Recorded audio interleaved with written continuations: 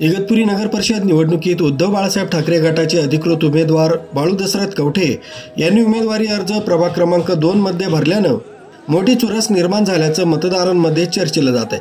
आपल्या मनमिळावू स्वभावामुळे त्यांची जनसामान्यांत चांगली छाप असल्यानं त्यांचा विजय निश्चित मानला जातोय।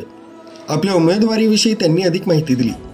मी बाळू दशरथ कवठे, शिवसेना उद्धव बाळासाहेब ठाकरे या गटाकडनं निवडणूक लढवत आहे महानगरपालिकेची।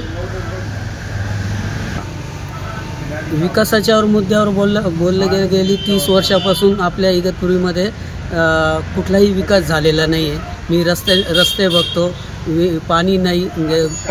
इगतपुरीतील पावसाळ्याचे हे माहेरघर असून तरीही आपल्याला मे महिन्यामध्ये पाण्याची समस्या येते। नागरिकांची खूप धावपळ होते, तेही मी बघण्याचा प्रयत्न करतो आणि मी कदाचित सरकार निवडून आल्याच्या नंतर लोकांच्या समस्यावर हे प्रयत्न करेन।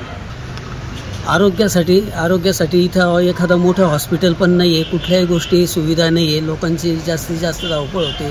त्यासाठी मी प्रयत्न करेन की एखादं हॉस्पिटल मोठं व्हावं, लोकांच्या समस्या सोडवण्यात येईल, हे मी प्रयत्न करणार आहे। राजू देवळेकर, न्यूज 7 मराठी, इगतपुरी।